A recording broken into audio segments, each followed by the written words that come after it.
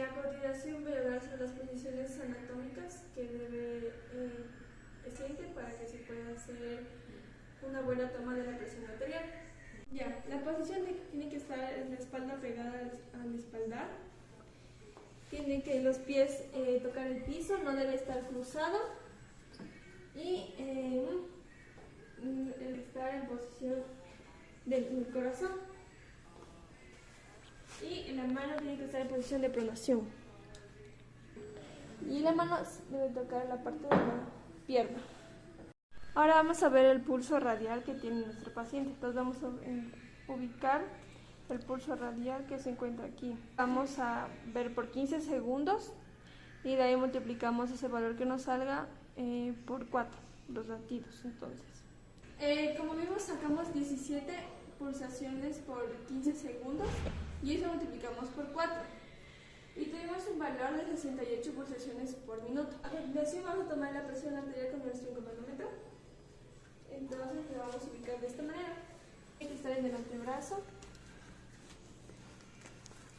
Y tiene que estar arriba del pliegue del codo.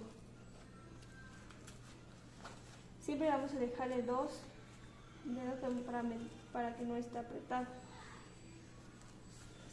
Las cuerdas no deben tocarse. Ahora vamos a ver el pulso de la arteria braquial en este lugar, aquí. Ahora puesto el estetoscopio procedemos a inflar.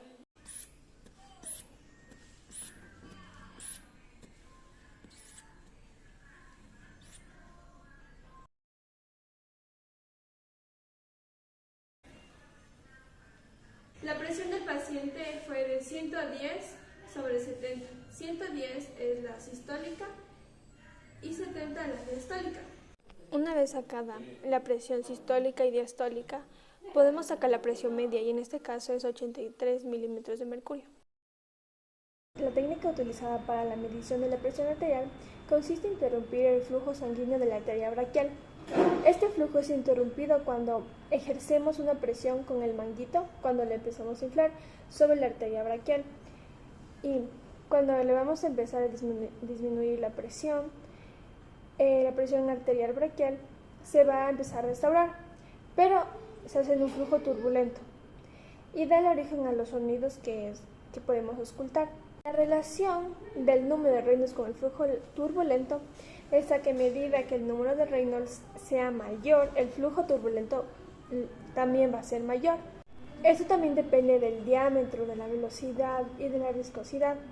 Cuando empezamos a dejar de hacer presión sobre la arteria braquial, entonces esto va a provocar que la sangre se vaya con una alta velocidad y también que el diámetro de la arteria se empiece a restablecer, por lo cual el flujo sanguíneo sale a una alta velocidad y a un alto diámetro, lo que va a provocar que deje de ser un flujo laminar y se convierta en turbulento.